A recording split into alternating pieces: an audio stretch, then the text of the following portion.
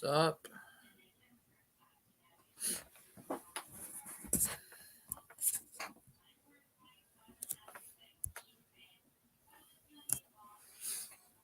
What's up, everyone? Let me go ahead and let the group chat know that I'm live.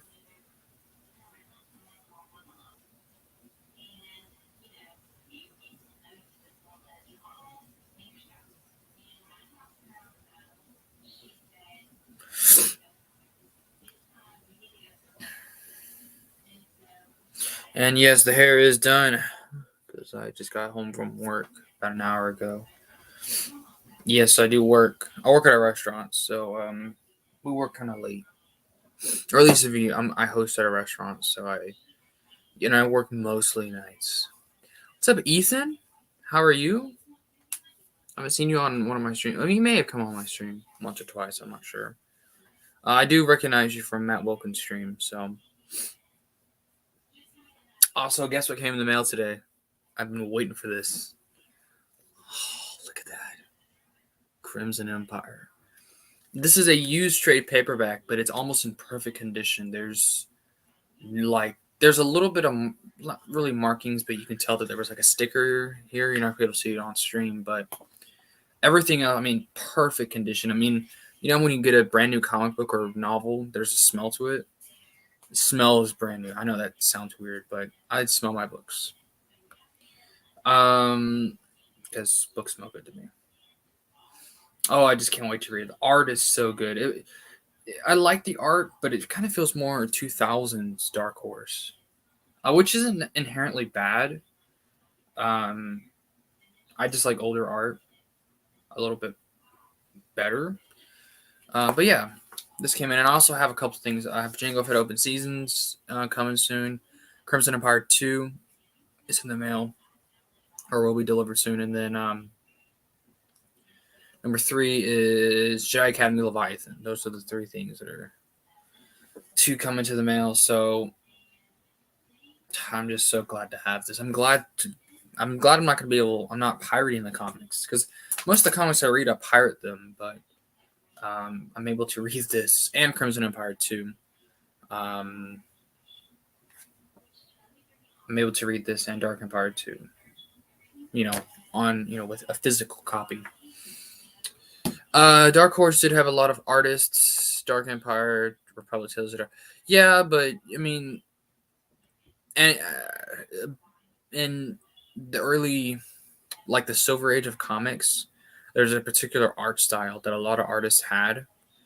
I don't know, like Tales of the Jedi. That type of art style is kind of what I'm referring to. I just love that art personally. It's my favorite. I'm just a retro guy. I'm a huge 80s nerd when it comes to music. I love 80s music. 70s music is really good too. Occasionally I listen to 60s music. Huge nut with that. And of course I'm a huge EU guy. And the 90s era of Star Wars is kind of, not gonna say it's my favorite era. One of my favorite eras, at least in terms of books and comics. So and this came out, I believe, sometime in the 90s. I don't remember what year. 98 says. This book collects issues 1 through 6 of the Dark Horse comic series, Star Wars Crimson Empire.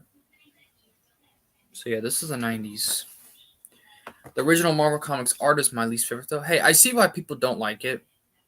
Because I'm not saying maybe you in particular, but a lot of people want more realistic art. Especially with Star Wars, because we want these stories to be real, as real as the movies. But I have an appreciation for that. And remember, I'm 17, so it's very rare for someone like me to have an appreciation for that kind of stuff. Mid 90s to 2000 was the best time for Star Wars, in my opinion. I agree. I would say I've always said 1999 to 2005 was the best, and I'm not just saying that because of the prequels. That's a reason, but think about it. We got the New Jedi Order in that era. We got Knights of the Old Republic 1 and 2. We got tons of awesome Clone Wars and Clone Wars micro series. We had all kinds of stuff in those years that are now classics. So, of course, the prequels, right? We had movies coming out. So I'd say that was probably the best year, especially on StarWars.com, from what I've been told. Now, I was born in 2004, so I can't say I experienced that era, but that is the golden age of Star Wars, I think, in my opinion. I think the art and the story really picked up after Empire Strikes Back regarding the original Marvel. Okay, I haven't read the Marvel comics. I will read them though, because they told a bulk of the Rebellion era, or at least most of it was told with the Marvel comics and a bunch of other stuff. A few books, a lot of other comics. So I don't know. I just like retro stuff. I'm a big retro guy. I think that's part of the reason why I'm such a huge EE fan. I have a group chat. I'm trying to see if they'll come join.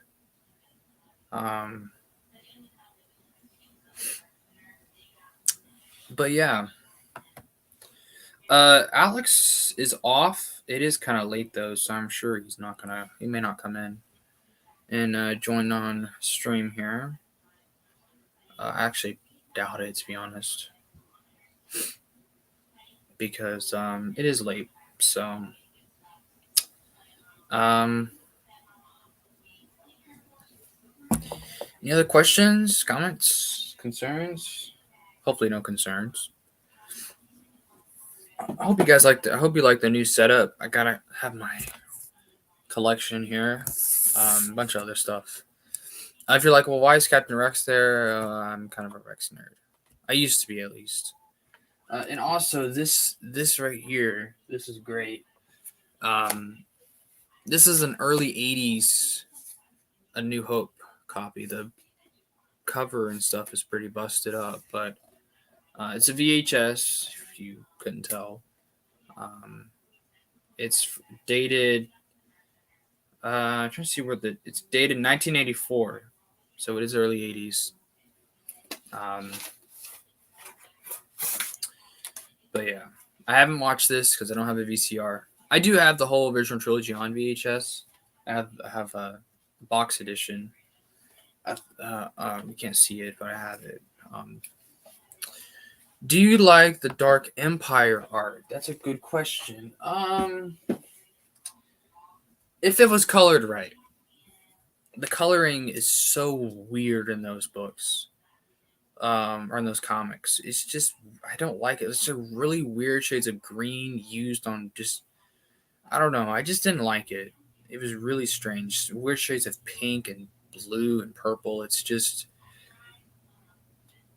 I just didn't like the coloring. It's weird. I have the Epic collection here. Let me find a good example of what I'm talking about.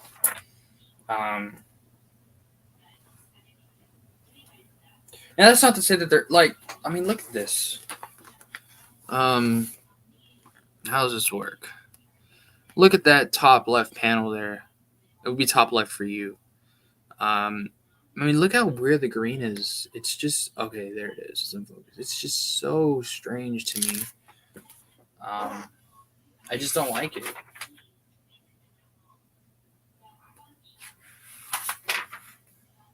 Now the cover art has a different story, mainly because it's Dave Dorman. Dave Dorman has amazing art. I love his art, but and Cam Kennedy, I don't think is a bad artist. He just colored it in a very weird way.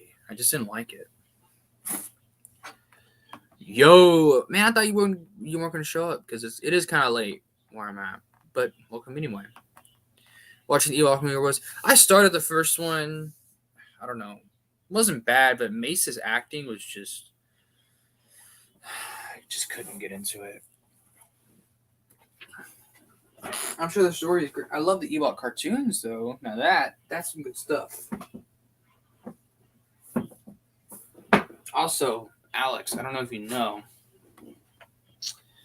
I don't know if you saw my Instagram, but look what came in the mail. Crimson Empire. How about that? Caravan of Courage is good. I'm not saying it's bad. I know the general story of both. I guess sort of. But I don't know. Now the second book, or second movie, Battle for Endor was.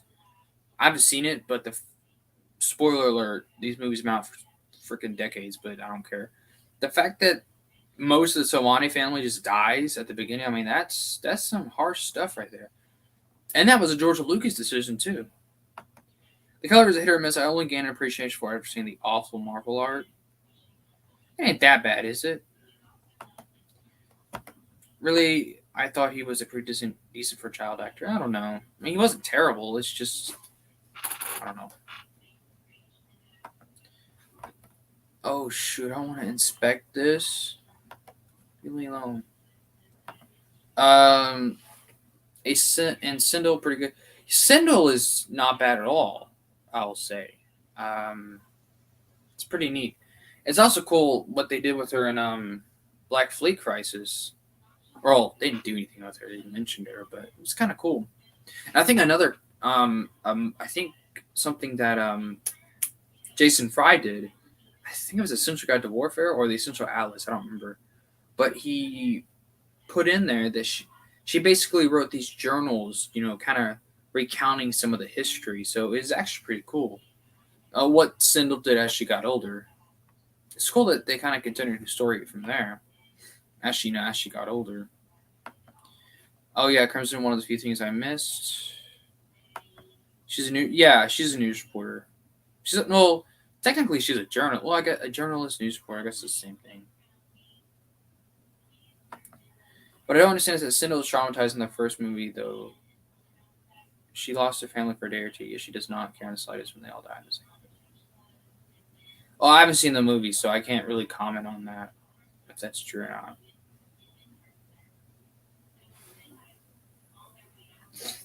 But usually when because I know they had that. What was the name? I don't remember the villain's name, but he was kind of looming, and it's like okay, she's basically in survival mode. I guess that's how I would interpret that. Also, yes, I do have a blanket because it's cold. So for you ask, probably didn't even process what happened. I mean, the first one she'd tell her bro they are probably dead without seeming that caring about it. She was sick, so that's probably why. She's also not going to be harsh about it. Well, was. Yeah, there's other things we can. People always be hating on those Ewok movies and using them as a reason. Oh, this is why they use bats. Like, have you seen the movies? It's the first thing I'll ask. Like, yeah, there's Ewok movies, but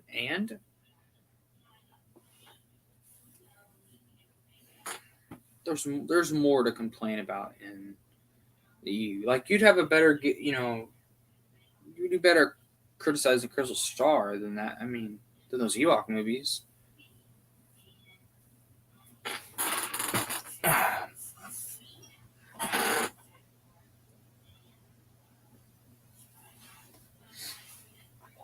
Anyway,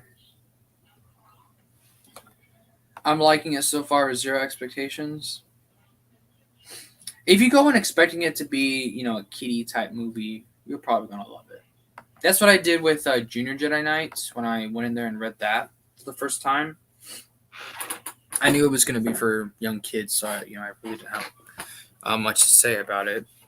Um, Imagine being a dad with so much money, you can just tell your kids, "Oh, sure, I'll make a movie for you." What are my thoughts on the Crystal Star?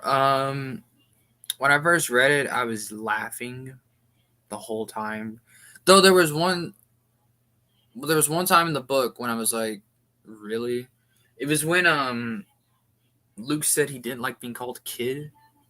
Like, Han's like, what's up, kid? That type of kid. I'm like, I don't know. Why would Luke hate that? It's kind of the charm between their relationship, right? Luke and Han. So, other than that, I mean, it was just funny the whole way through. I treat that book as obviously it's 100% canon to the EU, but C canon. It was C canon, but I don't know. I kind of treat it as a Star Wars parody, to be honest with you. This is what it feels like. It feels like a Star Wars parody than anything else. But it was honestly funny. I remember just sitting there laughing the whole time. Lucas is so moody in that book. Yeah, he is, but it could kind of be explained because of what happened in Planet of Twilight. But obviously, that wasn't intended. So because Crystal Star came out for Black Fleet Crisis, so. But yeah, really, yeah. Luke is written so off in that book, but it's okay. Could be worse. Could be Luke forbidding attachments in his Jedi Order. How about that? He's dealing with Callista living. Yeah, so I haven't planned on Twilight. So, but again, that wasn't intended when writing. So it Vonda McTavish is his character. Man, I can't wait to read this. Crimson Empire.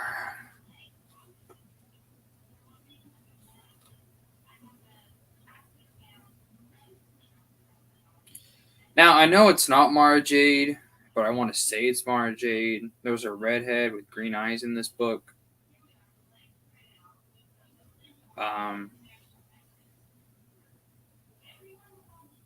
I doubt it's Mara. I'm gonna look that up. The crystallizing stars had a strange effect on. Yeah, but I don't think that's an excuse for. I don't think that's really that big of an excuse for keeping him out of character. I'm looking at Mara Jade just to see if she's in Crimson Empire. I mean, I don't think she is. I don't know why she would be.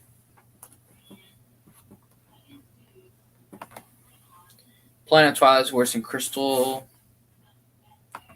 I have to say that Crystal is written well, in my opinion, even if it's written like poetry. Written well, like what? Like the style of writing is good. Got off a book, and this is coming from, as I've been dubbed, Nepal Autism with the look for the positive sky. That man, they just really hate you in that Discord. So I'm not getting involved in it because I'll just probably get hated on the whole time. I'm not dealing with that.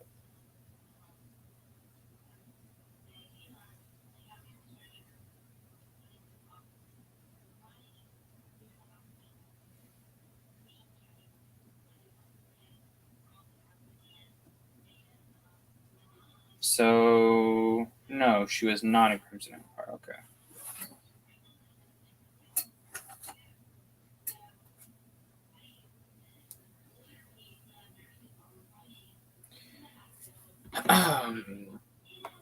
The extra are pretty chill unless I mention Legacy of the Force.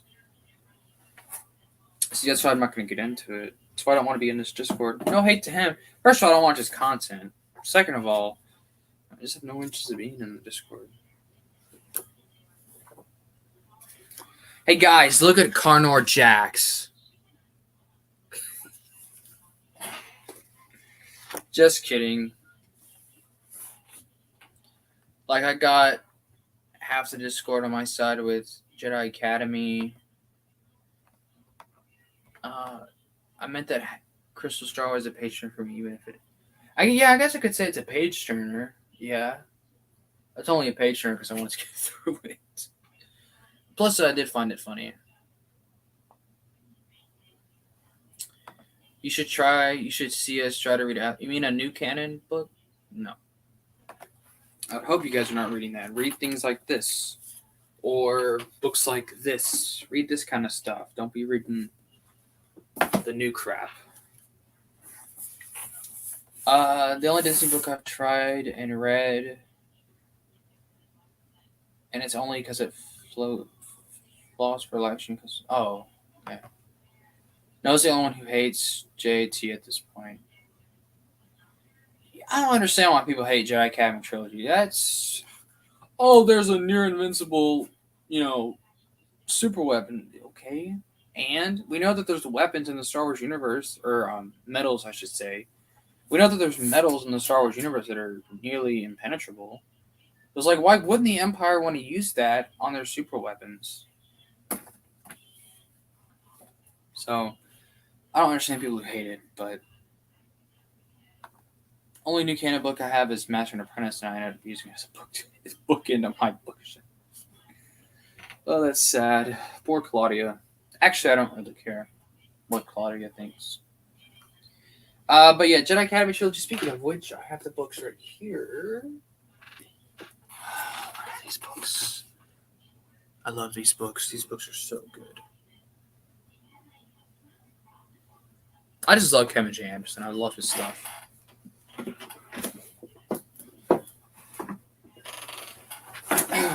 Whoops. Hans, come back here.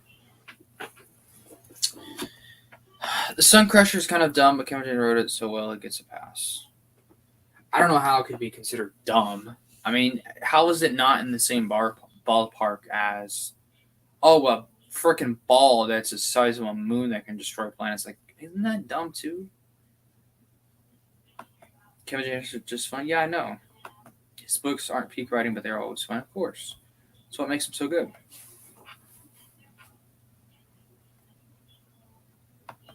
But no, people who say I don't agree at all. That the Sun Crusher is dumb. Like, I don't want to see that. Like, I mean, all the super weapons in Star Wars are dumb. They're super weapons.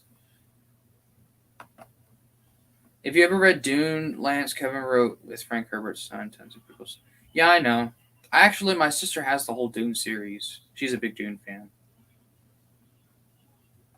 Which, of course, the Dune fans hate on. Of course they do. Kevin J. Anderson is just, people don't like him. I know Matt likes that stuff, though, the Kevin J. Anderson stuff. Actually, I have the first Dune book. I started it, but I didn't really get that far into it. People always give credit to Zahn for really establishing the E, although I would argue Kevin J. Yeah, I think they're about equal, to be honest. But yeah, I mean, Kevin J. Anderson definitely had a huge influence. But I'll say they're about equal. About equal there. I read the first book of the prequels, loved it. But Larian Jihad. Yeah, I will read those books eventually, but I got too much you to read. So I'll read them later.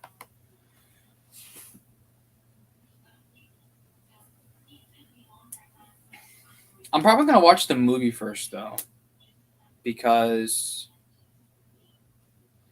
I don't know. I feel like I'll get hooked with the movie, and then I'll go back and read the books, and then I'll read all the other books. So, and I'm sure there'll be differences in the books or in the book, and something for me to read, or something new to read.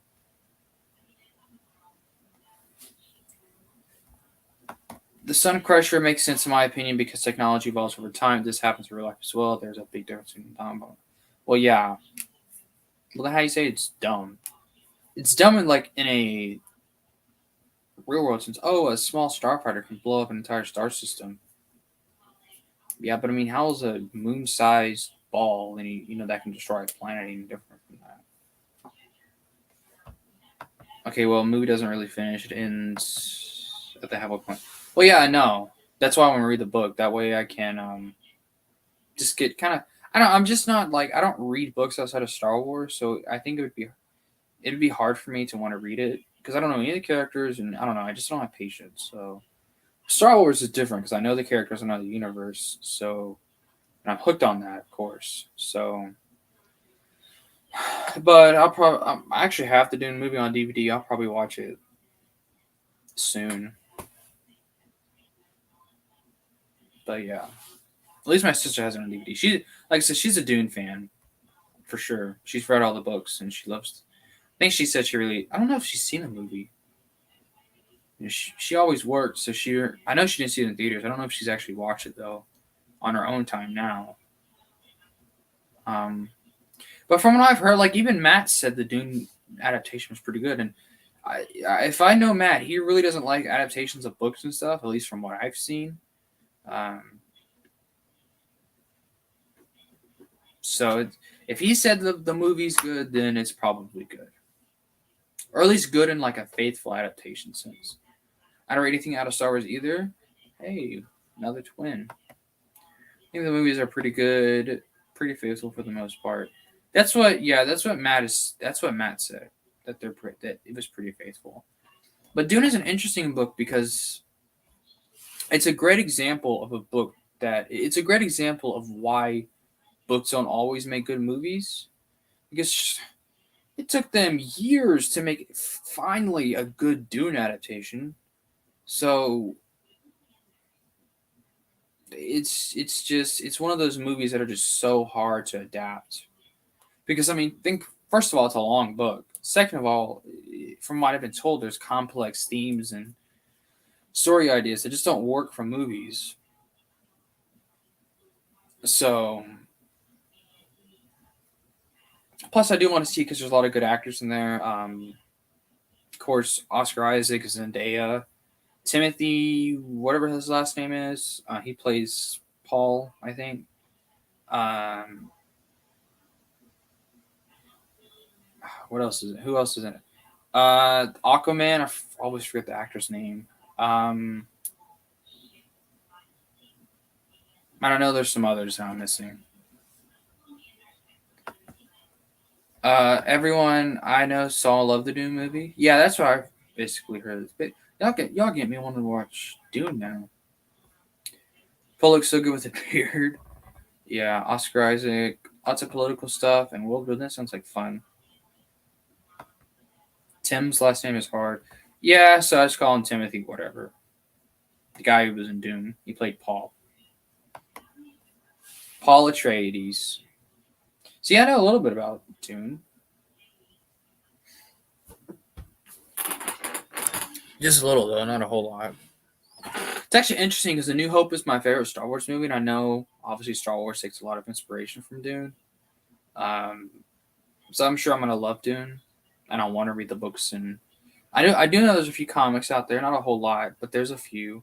I think a lot of them are just adaptations of the book. Um, so, like I said, my sister has the whole series, and even the stuff by Kevin J. Anderson. So, and she's a Star Wars. She likes Star Wars, but she's nowhere big a fan as me. I've asked her many times. If you want to read Star Wars books, ask me. I will give you some good ones, and you will fall in love with them. The book has an excellent scene. I understand why the movie didn't do it, but there's this inner scene where we go inside everybody's mind. Well, yeah, that would be a lot. That'd be very hard to do. See, that's why, again, a lot of books are just so hard to make into movies. Um, and it sounds like Dune's one of them. And to be honest with you, I think Heir to the Empire would be one of them too. I mean, it's a long book. It's not that long, but it would be long for a movie to adapt.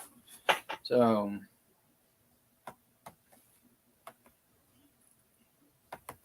and it's my favorite scene, but it's taken out of the movie, understandably, because the tension comes from knowing what they're thinking. Does just like the Disney Star Wars stuff? She's seen the stuff, a lot of it, but she liked Kenobi. I didn't, but she did. She didn't like Boba Fett. She liked Mando season 2. She likes Filoni's Clone Wars. I mean, she's a casual Star Wars fan, so I don't really mind it. But she just doesn't have an interest in going beyond the movies and the shows and whatnot, which is fine. I don't care. She didn't like Bad Batch either. I didn't like that. I thought the Bad Batch was horrible. It's a horrible show. I don't know how people like it, but they do. It's terrible. There was a whole episode dedicated to characters that were not the Bad Batch. I mean, really? How do you cameo in your own show? How does that work? Stupid. Stupid is what that is. Stupid.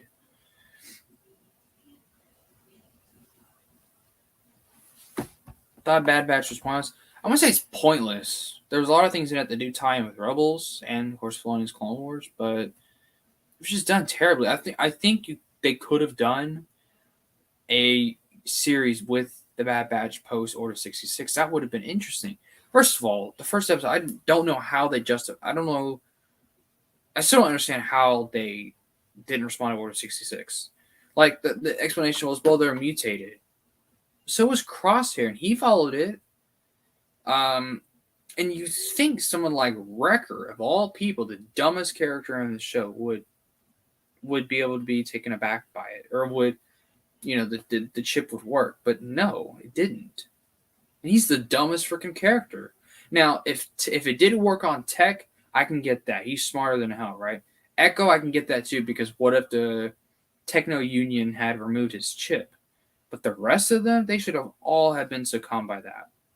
I think what should have happened was Tech and Echo, they see with their brothers are doing, right? And maybe later that night, Tech finds out what's going on, and then Tech removes the chips from them himself. Same with Echo would probably help too. And then so that's what I would understand. That would make a lot more sense to me. Other than, oh well, they're genetically modified. Okay, they all were except Echo. If anything, Echo, he would have fallen. Well, he should have fallen for it because he was a normal clone. He was a reg. So why didn't he fall for it? Yeah, he was an android. Yeah, he was a cyborg by the end, and his brain was all intact. So I don't know. I thought that was so stupid. Kevin Jason, I've noticed, is really good with robot characters like with that. I haven't read that short story. I want to read it though. I read Butlerian Jihad, and there's this robot guy, Erasmus, and he's like a mix of Thrawn and Nominor. You know me, I love Thrawn and Nominor, especially Nominor, so that's interesting. I think Star Wars should have made more Clone Wars seasons instead of making Bad Batch. Yeah, they should have made more Clone Wars seasons, but they still could have made Bad Batch. Like, or at least make season 7 a complete season with adding just like the bounty hunter story arc with Bane and Boba, Cad Bane and Boba. They should have added that, and then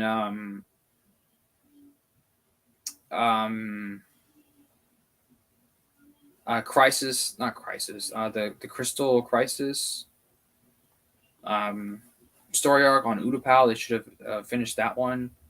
And a couple of others that they should have done, but whatever. I don't care. It's Filoni's Clone Wars. I definitely recommend the IG-88 stories expand so much minor details. Yeah, I love the Boba Fett story in that book. So I need to read the rest of it. Tales of the Bounty Hunters was great, though Boss story was that's weird. I love Boss. He's my favorite bounty hunter. So it's I haven't read it, so I'm sure I'm gonna love it though when I read it. It's Bosk. I love Bosk. He's great.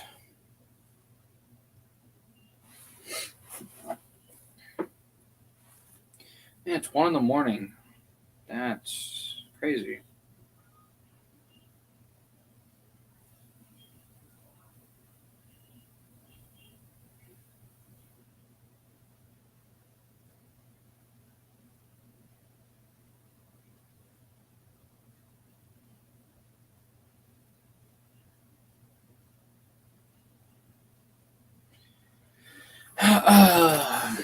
How does Ryder Wyndham with episode 2 adventure novels make Bosk more interesting than that novel? I don't know. Bro, go to sleep. My goodness. Hey, I don't want to go to sleep.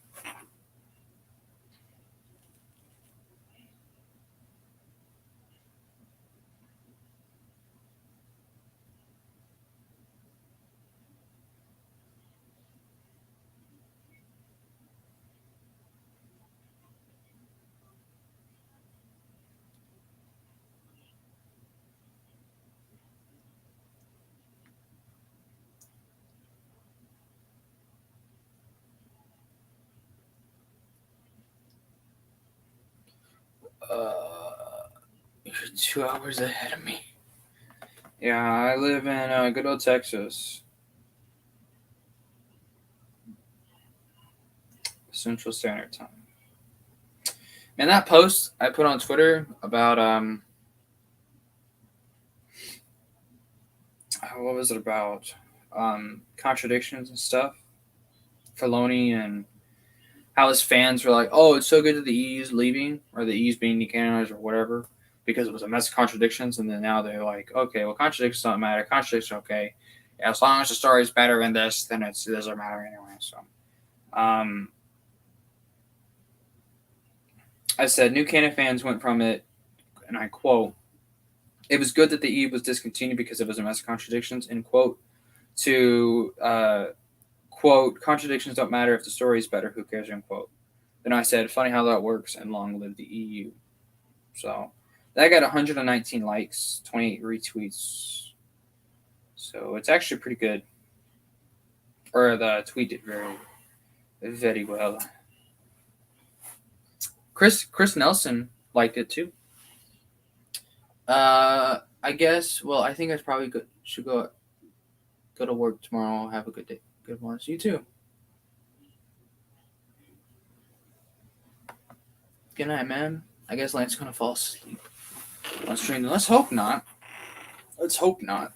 I don't think I will. I'm sitting in a chair with all the lights on. I am sleepy though, but I want to stay up. I'm not going anywhere tomorrow. Well, I am, but in the second half of the day. So I got a little bit of time. Says that there's 3 people in stream. I know Alex and Ethan are here. Wondering who that third person is. They're probably gonna leave though.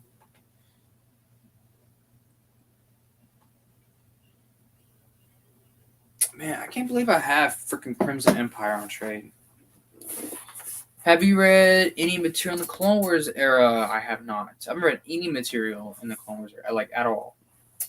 Well, that's what you asked. Anyway, I thought you said comics. No, I haven't. I haven't read anything in that era. I've read Jango Fett Open Seasons. Does that count? No, that's pre-Clone Wars. So, but outside of that, I mean, in fact, the only Clone Wars novels I have are these 5 right here. Right here. These are the only 5 that I have. Shatterpoint, Cessa's Deception, Medstar, both books, and Dark Rendezvous. Outside of that, I have nothing else. I don't have Revenge of the Sith. I don't have Attack of the Clones. I don't have Republic Commando. I don't have any of that, which is a shame because I'm sure this is great stuff. The comics are good. Novels are meh from what I've heard. Yeah, I've heard the comics are great. Labyrinth of Evil is a good book though. I've heard it's a great book. Which is a shame. There's one part of it I don't like. It does have a couple of contradictions with the micro series, so only bad part about it, but I'll say I mean it's pretty good. If y'all are wondering, my favorite Star Wars book is this book right here. Best Star Wars book of all time. Vector Prime. Best Star Wars book right here. Love this book. It's about like a 400-page read, almost 400. Books this size usually takes me about a week to read. This took me just a few days, 2 or 3 days to read. I was hooked on this book. I loved it. It was just great. It's a great book. And there's an author interview in here. Ooh. Well, no, wait. Is there?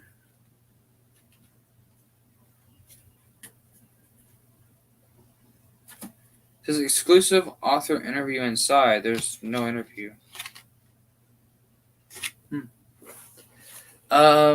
And building up to the NJO, the Bantam era is my main focus. Yep, it should be.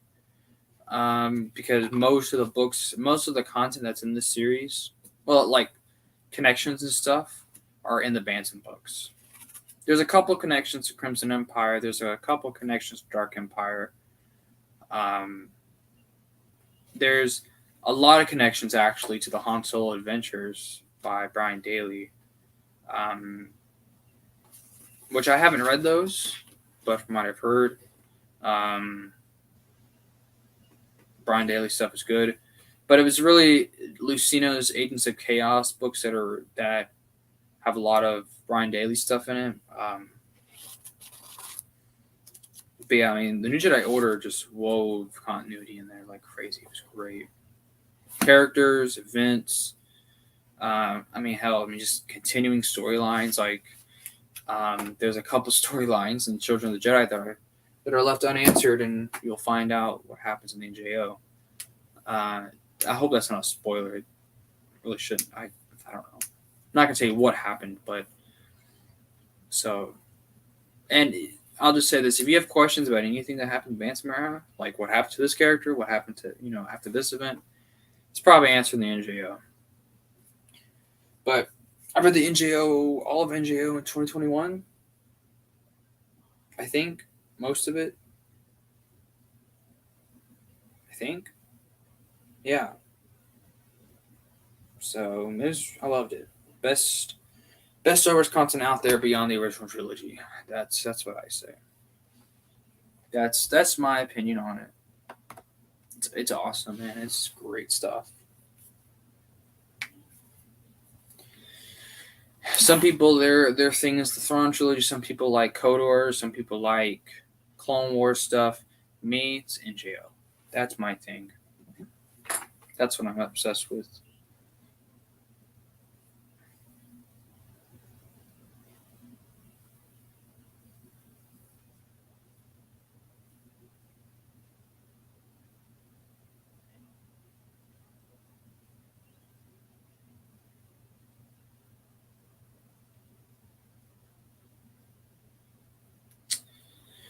James Lucino knows his stuff. He referenced everything from Galaxy of Fear to the Marvel Comics and even Devil Worlds and Plagueis. Yeah, he really wanted that book to be rich and that kind of stuff. That's why Plagueis is such a celebrated book. I feel is pretty much referenced every story, not every story, but a whole lot of EUs is woven in that book. So it makes it so awesome. Same with the Revenge of the Sith novelization, and I think that's actually an interesting point. Um, that that book had a lot of continuity in there because Lucas directly had an involvement with that book more than he would any other book. So, I mean, if he's approving that book, that means he approved Stover putting EU stuff in there. So, I don't know. I think to say George just didn't care about the EU or didn't acknowledge it is just so wrong. It makes no sense either. Anyway, Ethan, I think I'm gonna go ahead and go, man.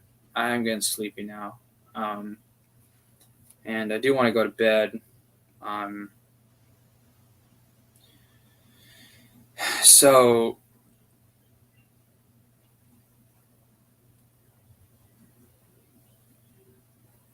yeah, I'm gonna go ahead and go to bed. So have a good night, man. Y'all stay safe.